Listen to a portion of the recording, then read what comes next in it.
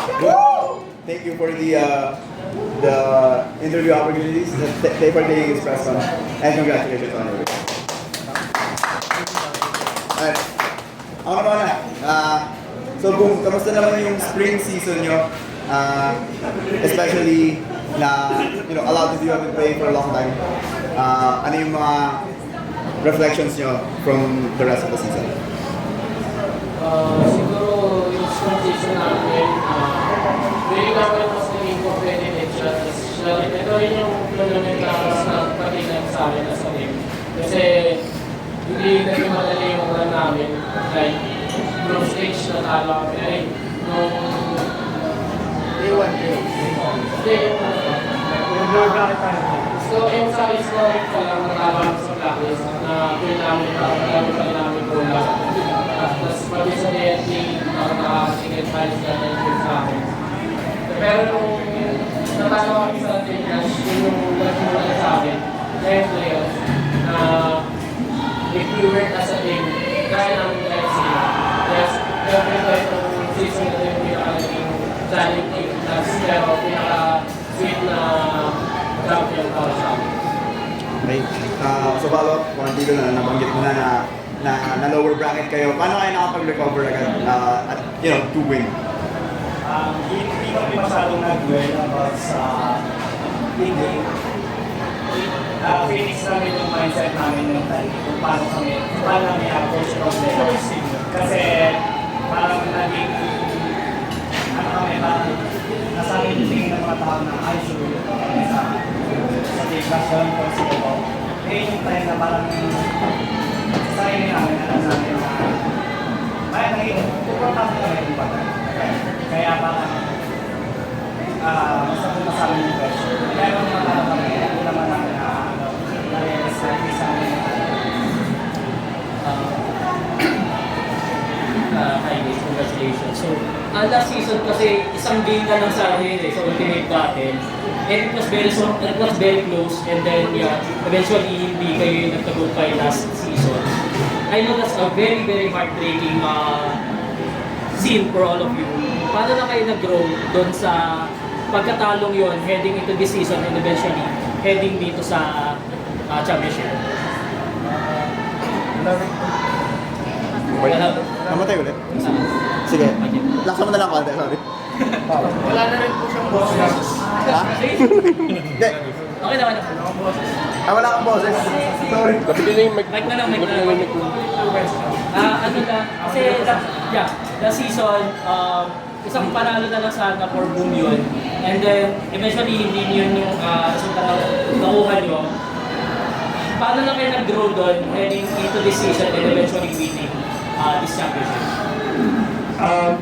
Siguro sa ako personally, kasi yun din yung time na makakasunan din sa buhay. And yun din yung time na gusto ko ibigay sa amin ng championship. Which is na tayo na kami. Yung realization ko sa player yung time na yun, na gagawin ko yung mas better, as sa sarili ko, as a teammate, and then kung paano ko ako yung hindi. And then yung group namin din after na yun, mas lalo namin pinatibay inside and outside the game. How yung pag-game namin, how yung pakikisama namin. Yun yung isa sa key na tumulong sa amin na maabot ng championship. So your next question kay Card. Card, given na, two-time champion ka na, and of course, marami ka na rin accolades dito sa Philippines. Can you say that you are the best in showcase that you're in the country right now? Bakit?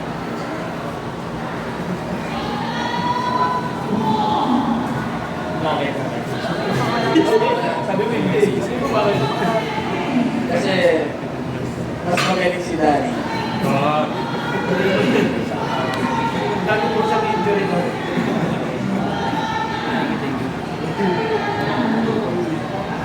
Okay ba muna? Sige, go. Just to clarify lang, BG and Card are only the two-time champions within this roster. Okay. Let me ask the first-timers muna. How does it feel lang to be champion? Sa totoo lang, hindi ko malaman kung ano yung step na mag-champion kami. Kasi yung mentality namin pagpasok ng larong to, in-expect na namin yung data ulit sila. Kaya, sobrang saktan sa feeling yung mag-champion na kasama yung team na tutulungan kami lahat. Yun.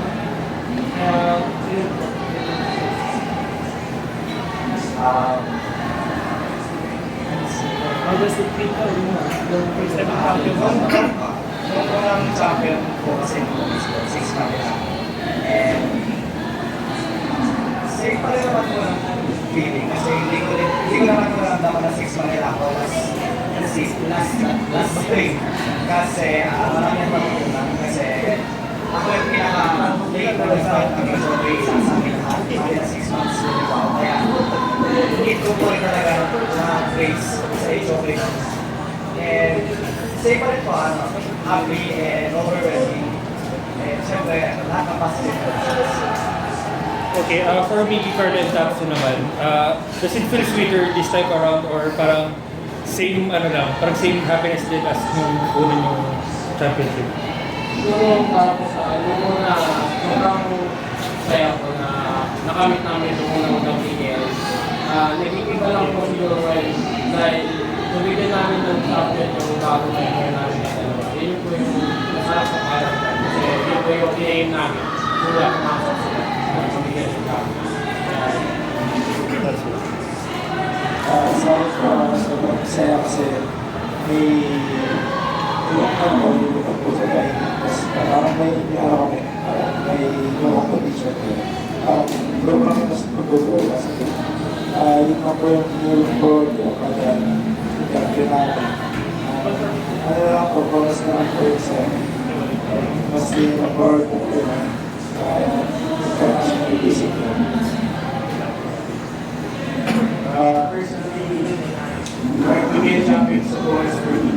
Kasi as long as na-perform namin ng maayos yung laro namin, ibibigay namin yung laro namin. Kahit anong result, masaya kami. Tapos, sa sinabi ni Mickey na bigyan niya namin ng champion dito. Dahil sila, si Bro kasama namin siya before. Pero iba pa rin yung feeling ng lalagay siya. Sobrang saya na hindi ko masabi kung paano mag-improve sa kita sa management exercise, sa coaching staff, and sa mga bosses. So, wala sa business ko yun. Okay, kasi yung regular season was offline setup. Tapos ngayon, nagkaroon ng offline setup. Tapos ngayon playoffs, for this playoffs, may audience kayo. So, parang nanibago ba kayo or mas nakatulong sa inyo na may ganitong audience na na nasa harap nyo, na naglalaro? Sana di ba ako, hindi naman. Kasi sa mga tournaments na yung last season di ba may audience. Kaya hindi naman kami na diba ako. And doon sa mas nakatulong, yes, super nakatulong ko kasi yung cheers and lahat yung sigaw. Sobrang nakaka-alip ang feelings namin. And mas nakakadala siya. Ako meron. So yun, Carl, saying nga, you are the finals MVP tonight. So meron ka bang personal mission para magkapit tonight kaya nakuha mo itong finals MVP or wala lang? Sorry mo, service kasi nag-ulo. Okay, Carl, meron ka bang personal mission tonight kaya nagkapit ka tonight para maging finals MVP or wala naman? Personal vision na mag-board sa champion, actually wala naman. Like, yung finals MVP lagi naman siyang bonus na. Hindi mo naman siya magagawa kung wala sa teammates mo. Pero syempre, kung sino na yung mga bonus, hindi naman pwedeng i-validate yun kasi ibig sabihin na-perform ka talaga ng ayos. Pero kung doon sobrang thankful ako na lahat ng thankful na teammates ko talaga. Pero sir Steve ko siya says, ikaw, sumama sa parang hindi dahil sa hindi siya solo achievements actually. For us. Question for Carl. Dalawang finals na binigyan from first season to the third season. Ano sa tingin mo yung naging improvement mo yung round goal of first finals MVP mo, tapos ngayon, ano yung pinagkaiba ng improvement mo? Actually, amin yung first season parang nag-finals MVP ako. Yung naman ang second season, which is yung whole season. Every losses namin, every win, marami akong natutunan doon. So, parang every day, marami akong natutunan kahit speed. So, yeah, parang inaanap ko lang yung mga losses ko as an individual. So,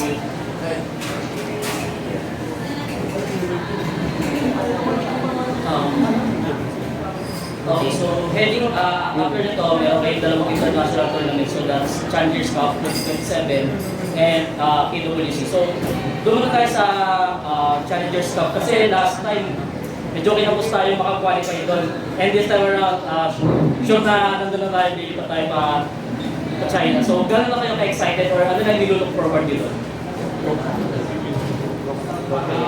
Excited po ma-experience yung kung paano sila mag-tournament.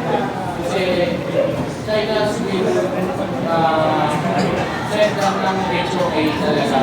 Kaya feel ko, ang ipupunta namin dyan is makakagain kami ng experience and become and observe everything na pwede matutunan sa akin. Sorry. Okay, that concludes our